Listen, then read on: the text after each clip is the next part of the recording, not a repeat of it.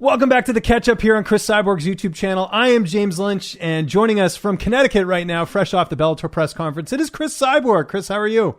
Hey, I'm great. I'm excited too. This week was nice. Good news today, and we did a photo shoot and for Showtime. Is very, very happy. Yes, and we'll talk about the Bellator announcement in a sec. Of course, we've got a lot of news to get into today. As I want to remind our audience, as I always do every week, hit that like button, hit the subscribe button. That's an easy way to support the show without having to pay any money, so it's pretty easy there. But before we talk about Bellator, we had a big women's fight over the weekend, last Friday, I should say. Bareknuckle FC, Paige VanZant's debut. She did not come out on top, but what did you think of her, stepping into the Bareknuckle cage? Or ring, I should say. It's just the start for her. I believe she's gonna go back and she's gonna get better, improve. It's a different sport. It's boxing, different sport.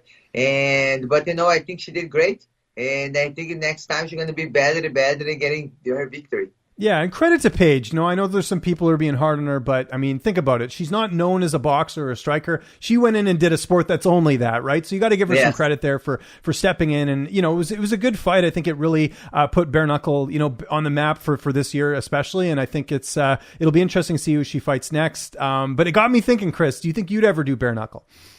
If you see the interviews with Paige, and she's really happy. She says she make 10 times more money than she making the work on UFC. And it's nice, and she just put her name, herself, her line. But she getting paid well. She's happy, and if you didn't pay this type of money, I really would like to do an unboxing fight. But maybe we can do this way. Yeah, so we'll see. The door's always open, which is interesting. Shoot the box style. Yeah. Yes, exactly. That's what it reminded me of. If you watch some of those old Valley Tudo videos, right, where they're they literally are bare knuckle. It's crazy. I think they call it crazy. I don't know. I don't remember too much. But they have some guys when they start to shoot the box, then fight no gloves.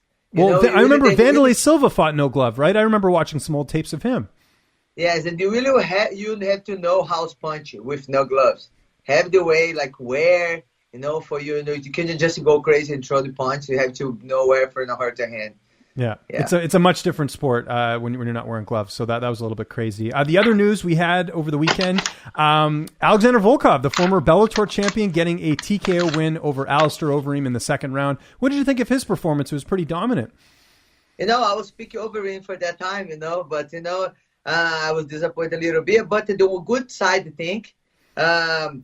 He's the winner. He's a former champion, and it's Bellator. Bellator MMA is very nice. Just to show, the Bellator have the best fighters. It's really cool. Make me happy this side too. But Overeem is a legend. But congratulations for what. For Volkov, yeah, it was a great win for him. And I think it's just another reminder, like we talked about last week, that there are really good fighters in Bellator. We had Michael Chandler the week before. This week it was Volkov. And, it's not like Volkov just had a couple fights. Volkov had a bunch of fights in Bellator. So, he's another former Bellator fighter that needs to get some respect there as well. Also, speaking of friends, and all that, Bneil Dariush and Danilo Marques picking up wins, especially with the fact that I think both of them were underdogs going into their fights. How cool was that? Because I know you've, worked a bit with both at King's MMA. Have a lot of fights over there sometimes than underdogs. I think they like to prove, the people to know. And, Rafael Cordeiro is a nice team. He's a nice coach. The culture inside the gym is different. You go over there, they know the fighter is going to be ready for war. They go get it. Have Giga too. Giga is all the time underdog too, and he's winning a lot of fights last year too. I'm very happy the teammates win this nice victory and they work together and get improved together. And congratulations, Danilo and Benny. And it must be very cool to see Benny get those wins because, he had a bit of a rough patch there. I think he lost like 2 in a row, and now he's been unstoppable. I mean, this was a huge win for him against a guy in Diego Ferreira. I think he's going to get a big fight next. What do you think? Because it's been cool to watch his career turn around a little bit. The Ben is nice thing too. He's just, a great fighter, great person, but he's having missionary work. He's having some kids that take care in the IT. And I think he did the last interview. His wife pregnant. I think it's going to take a little time for, to stay with the kid. But, he's a big example for a lot of young fighters and a lot of people. Seems like every couple weeks, Chris, we have to bring up one name that always comes up in these in these shows, and that is Kayla Harrison. And this time I saw she talked a little smack here, right? I was looking at the interview. She said that she says that you avoided making the fight by going to Bellator instead of PFL. So basically, what Kayla's saying is that you could have gone to PFL, but you went to Bellator instead. What do you make of that? Is that just her trying to get her name in the headlines, or what do you think of that? Calling you scared? That's bold. The great answer for this question. Okay. How many fight events PFL did last year? That's true. Yeah, zero in the last year. I did a perfect, nice choice. I fought 2 times last year, and I'm really happy to work with Bellator. And Kayla, if we sign the contract, we're supposed to fight each other in Invicta. And I believe if she win the tournament, in the PFL, she really wants to do this fight for sure. Scott Coker can make it promote the big, huge fights for us. And, it's just a waiting. Let's see what's going to happen. And I'm very excited for this fight to one day happen. We always talk about as well your MMA event in Brazil, NCF Fights. They have a website now. I was just checking that out the other day. And they got another event coming up here on March 6th, which is actually going to be the same night as the UFC 259 pay-per-view. Tell us some more about this, because it's really exciting. The future of MMA is going to be taking place on March 6th.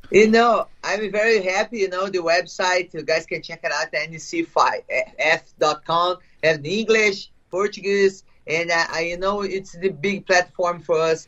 Having fighters get out there from going to UFC. Next Grand Prix we're doing on 35. Next champion gonna go to Bellator. It's a really nice return.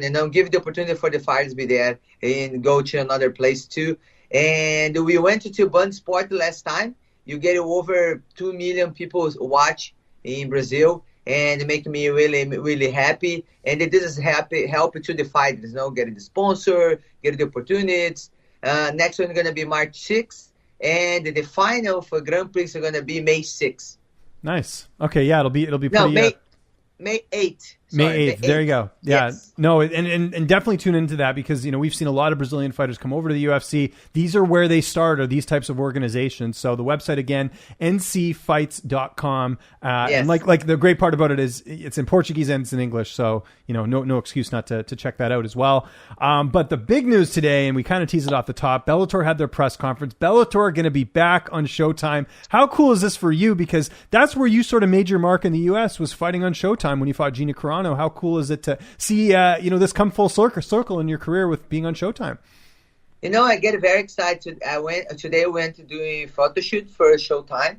And the fun is because all my friends text me, Chris, what the news? Everybody wants to know. And, the team, the Bellator, is very nice. Everybody don't know about, for the big news. And, I'm really happy with the Grand Prix. Just grow better, huge fighters here. And I'm really happy, the reminds when I fought Gina Carano, Showtime. It was a huge fight, and have some commentators. I see them here. We worked together in the last fight, that fight.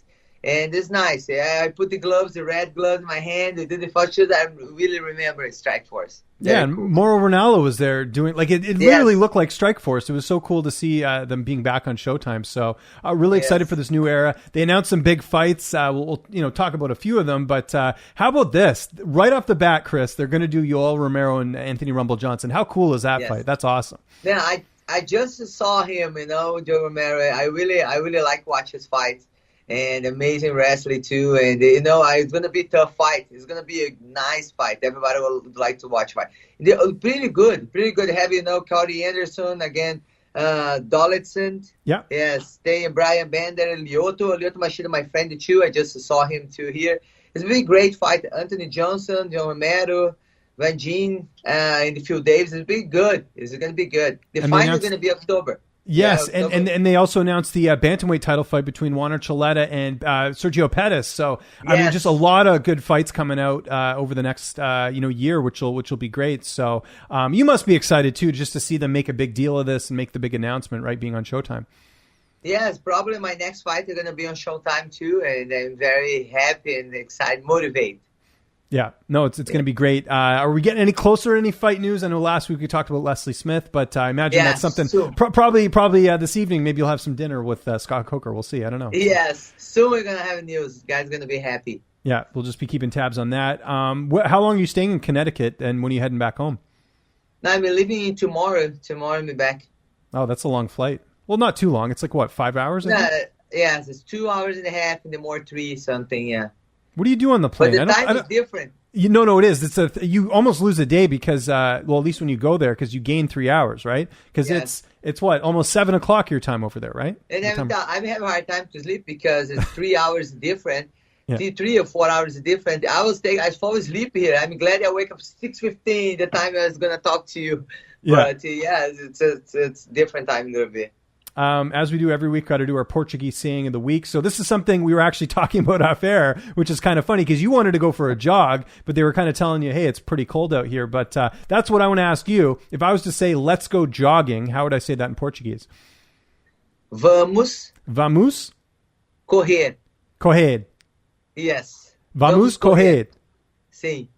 Awesome. Good. We're getting better and better every week. Now we can go to Brazil. We can go jog. I can have beer. I can go for a jog. I can go play some soccer. You know where's the bathroom too. You ask where's the bathroom. Exactly. I'm covered. It's all thanks to you. I have to ask. We can have popcorn for watch the Grand Prix.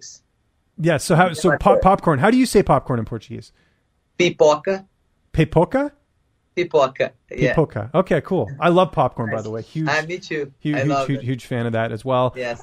Before we get out of here, we always got to promote the premium service on your website, CrisCyborg.com. For less than a cup of coffee, you can get even more stuff from Cris. I know you're always putting content on the YouTube channel, but this is exclusive stuff like Q&As, fight news, all that stuff. It's something you're really proud of, right, Cris? Yes, we're gonna have the next one. It's gonna be Friday, 2 p.m. The Prime is very nice for members. Then sign up to my website. We're going to be together 2 times a month. And it's very nice. You have every Thursday 2 techniques. And it's nice for you to touch and then you're going to know the news before everybody else. Exactly. I promise. Yeah, nice. That's great. Before I get out of here, just got to plug my social media at Lynch on Sports. We do the show every Tuesday. Typically, we get it up as soon as we can. So, like I said, easy way to support us. Leave a comment, give that the video a like, and also subscribe to the channel. But Cris, where can people get a hold of you on social media? Plus, you got a couple different social media accounts. You got the regular Cris Cyborg account, and you got the Cyborg Zoo account as well. So tell people what's going on over there. Okay, you have Pink Belt Fitness. It's just training for the girls. We do camps. Now we wait a little bit because of the pandemic.